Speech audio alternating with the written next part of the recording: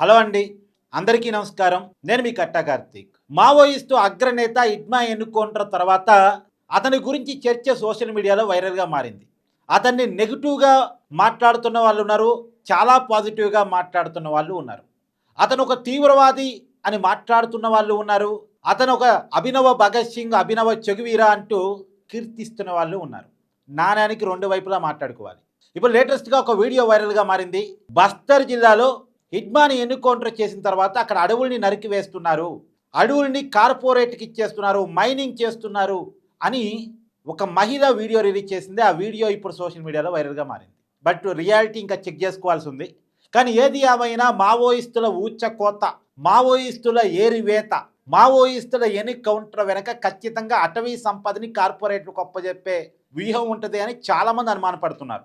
అటవీ సంపద మీద కన్నేసి, అడవుల్లో ఉన్న సంపద మీద కన్నేసే, అక్కడ ఉన్నటువంటి మైనింగ్ మీద కన్నేసే మావోయిస్టుల మీద ఇంత పెద్ద ఎత్తున ఆపరేషన్ కాకారి పేరుతో గత సంవత్సర కాలంగా టార్గెటెడ్గా వాళ్ళని ఏరివేసే ప్రయత్నం చేస్తున్నారు అనేటువంటిది ఉంది.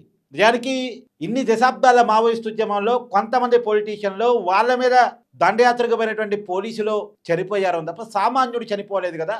సామాన్యులను వాళ్ళు ఎక్కడా కూడా టార్గెట్ చేయలేదు కదా. నగరాల్లోకి వచ్చి బాంబులు పెట్టడమో, ప్రజల్ని చంపివేయటమో వాళ్ళు ఎప్పుడూ చేయలేదు కదా. సామాన్యుల మీద వాళ్ళు ఎప్పుడూ చేయలేదు కదా. సామాజిక ఉద్యమంగా వాళ్ళు చేస్తూ ఉన్నారు. వాళ్ళని చంపడానికి వచ్చే పోలీసుని టార్గెట్ చేస్తారు, లేదు రాజకీయ నాయకులను టార్గెట్ చేస్తారు. అది కూడా ఆరోపణలు ఉన్న రాజకీయ నాయకులను టార్గెట్ చేస్తారు తప్ప ఎక్కడ ప్రజల్ని టార్గెట్ చేశారు? ప్రజలకు అండగానే ఉంటూ వస్తున్నారు కదా. వాళ్ళ సిద్ధాంతం కూడా జనం కోసం బతకడమే కదా అని మాట్లాడుతున్న వాళ్ళు పెరుగుతూ వస్తున్నారు. నిజానికి ఈ పరిస్థితుల్లో ఇప్పుడున్నటువంటి సమాజంలో మావోయిస్టులకు సపోర్ట్గా మాట్లాడడం చిన్న విషయం కాదు. ఎందుకంటే విద్యార్థి ఉద్యమాలు బలంగా లేవు, కార్పొరేట్ చదువులు. ఇప్పుడున్న జనరేషన్ మొత్తం కూడా అసలు మావోయిజం ఏంది, కమ్యూనిజం ఏంది, సోషలిజం ఏంది తెలుసుకున్నటువంటి జనరేషన్ కాదు.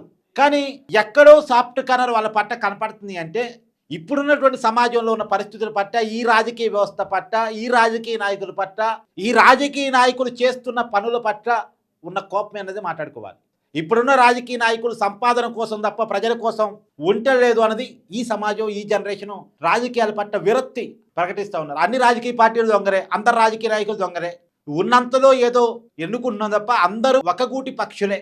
ఈ ఒపీనియన్లో ప్రజలు ఉన్నారు.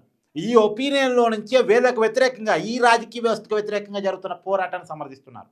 ఒకటే భిన్నాభిప్రాయం, వాళ్ళ పోరాట రూపం తుపాకీ పట్టుకొని పోరాటం చేయటం అనేది కరెక్టా కాదన్నప్పుడు హింసాయుత మార్గం కరెక్ట్ కాదేమో అనే ఒపీనియన్ ఉంది తప్ప మిగతా అన్ని విషయాల్లో వాళ్ళు మాట్లాడుతుంది కరెక్టే కదా, వాళ్ళు డిమాండ్ చేస్తుంది కరెక్టే కదా అనేటువంటి ఒక ఒపీనియన్ బిల్డ్ అవుతూ వస్తుంది. ఇక్కడ హిడ్మా ఎన్కౌంటర్ చుట్టూ 2-3 రకాల వర్షన్స్. ఒకటి, నిజంగా ఎన్కౌంటర్ జరిగిందా, లేదు పట్టుకొని కాల్చి చంపారా. పట్టుకొని కాల్చి చంపారని కొన్ని పౌర సంఘాలు అంటూ ఉన్నాయి. దానికి నిరసనగా భారత బంధు కూడా పిలిపించారు.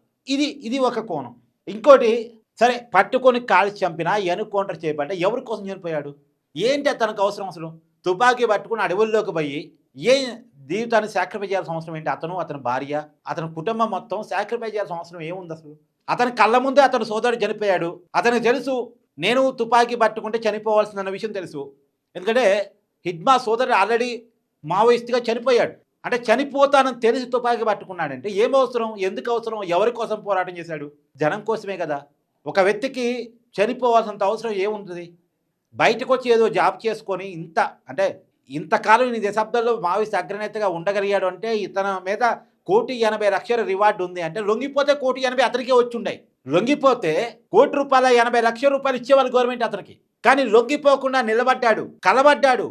ఏం అవసరం అతనికి? ఎందుకు నిలబడ్డాడు, ఎందుకు కలబడ్డాడు, ఎవరి కోసం కలబడ్డాడు, ఎవరి కోసం నిలబడ్డాడు? ₹1,80,00,000 వస్తూ ఉంటే జీవితం సెటిల్ అయిపోయింది కదా. అతని జీవితం అతను ఆలోచించుకుంటే, అతని భార్య కలిసి లొంగిపోతే అతని భార్య కూడా ఎంతో కొంత డబ్బులు ఇస్తారు. మొత్తం కలిసి 2-3 కోట్లు అయితే, అరే ప్రభుత్వాలు ఇచ్చేయగాక లొంగిపోతే వీళ్ళు ఇస్తారు కదా, మొత్తంగా 2-3 కోట్లు అయితే బయట ఏదో చేసుకొని బతకొచ్చు కదా. ఇక 2-3 కోట్లు సంపాదించడం అనేది మనకు కూడా అంత ఈజీ. అంటే రెగ్యులర్గా జాబ్ చేసే వాళ్ళు కూడా జీవితాంతం కష్టపడి పనిచేసిన 2-3 కోట్లను కూడబెట్టడంగా సహజమైన ఉద్యోగులు ఎవరు కూడా. నా ఎదురుగా వీడియో చేస్తున్న కెమెరామెన్ తన జీవితంలో మొత్తం కెమెరా పెట్టి రోజుకి 10 గంటలు కష్టపడ్డా, జీవితం మొత్తం పనిచేసిన ₹1,00,00,000 వెనకేరాడు. ఇంకా అతనికి పెరుగుతున్న ఖర్చులు, అతనికి వచ్చే జీతం సరిపోక అప్పులు చేస్తాడు. హైదరాబాద్లో సొంత ఇల్లు కొనుక్కోలేడు. హైదరాబాద్లో ఉన్న పరిస్థితుల్లో సరైనటువంటి బతుకులు బతకలేడు. ఏదో అడ్జస్ట్ బతుకుతాడు తప్ప. నా పరిస్థితి కూడా అంతే. అంటే రియాలిటీలో చూస్తున్నప్పుడు ఒక సహజమైన ఉద్యోగి ఇలా ఎంతోమంది జీవితాలు ఉన్నాయి. నేను ఉదాహరణ కోసం నేను నా ఎదురుగున్న కెమెరామెన్ ఉదాహరిస్తున్నాను కానీ ఎంతోమంది జీవితాలు సగటు ఉద్యోగుల పరిస్థితులు అందరూ అందరే కదా రియాలిటీలో పోయినప్పుడు. కానీ అతనికి 2 కోట్లు వస్తున్నాయి, దర్జాగా బతకొచ్చు. కానీ ఆ దర్జా వద్దు నాకు. నాకు ఏదో కొత్త సమాజం కావాలి, అందరూ బతకగలిగే సమాజం కావాలి, అందరూ ఉన్నతంగా బతకగలిగే సమాజం కావాలి, అందరికీ అన్నీ అందుబాటులో రాగలిగే సమాజం కావాలి. సంపాదన చుట్టూ తిరిగే సమాజం కాకుండా మనిషి చుట్టూ తిరిగే సమాజం కావాలి. మనిషిని మనిషి ప్రేమించాలి, సంపాదన కాదు ప్రేమించాల్సింది. ఇది కదా కోరుకున్నాడు హిడ్మా. ఇది నిజానికి హిడ్మా డైరీలో ఏదో రాజకీయ నాయకుడిని టార్గెట్ చేసినట్టు ఆ లిస్ట్ దొరికిందంటే సరే దాని మీద మాత్రం నెగిటివ్గా ప్రచారం జరుగుతుంది. సరే ఏం దొరికింది అన్నది మనకి పోలీసులకు సమాచారం ఇవ్వకుండా మనకు మనంగా ఊహించుకొని చెప్పడం కుదరదు. కానీ ఏది ఏమైనా హిడ్మా చుట్టూ ఒకవైపేమో మావోయిజం కరెక్ట్ కాదు కాబట్టి, తీవ్రవాదం భావాజాలం కరెక్ట్ కాదు కాబట్టి, తుపాకీ పట్టుకుని పోరాడడం కరెక్ట్ కాదు కాబట్టి, అతను చాలామంది పోలీసులు చంపేసి ఉన్నాడు కాబట్టి, మరి చనిపోయిన పోలీసులు కూడా పాపం చిన్నోళ్ళే కదా. పోలీసు ఉద్యోగం ఎవరికి వస్తుంది? పోలీసు ఉద్యోగం ఎవరు చేస్తారు? అసలు 100 కోట్లు 1000 కోట్లు ఉన్న వాళ్ళు ఎవరు పోలీసు ఉద్యోగం చేయరు కదా. పోలీసు ఉద్యోగం చిన్నోళ్ళే చేస్తారు, కష్టపడి చదివి సంపాదించుకున్న ఉద్యోగం పోలీసు ఉద్యోగం. పోటీలో సంపాదించుకుని వాళ్ళు చిన్నోళ్ళే కదా. సో అలాంటి వాళ్ళని చాలా మందిని చంపేశాడు కదా అనేటువంటి ఒక ఒపీనియన్ ఉంది. అయినప్పటికీ కూడా మరి వాళ్ళని మావోయిస్టులను చంపడానికి వచ్చినప్పుడు మరి వీళ్ళు కూడా తమను తాము రక్షించుకోవడానికి అవసరం చంపేస్తారు కదా. వాళ్ళు ప్రభుత్వం తరపున ప్రతినిధిగా పోలీసులు వచ్చారు కాబట్టి, ప్రభుత్వం తరపున ప్రతినిధిగా వాళ్ళని చూశారు కాబట్టి వాళ్ళని చంపేశారు కదా అనేటువంటి చర్చ కూడా ఇంకొక వైపు.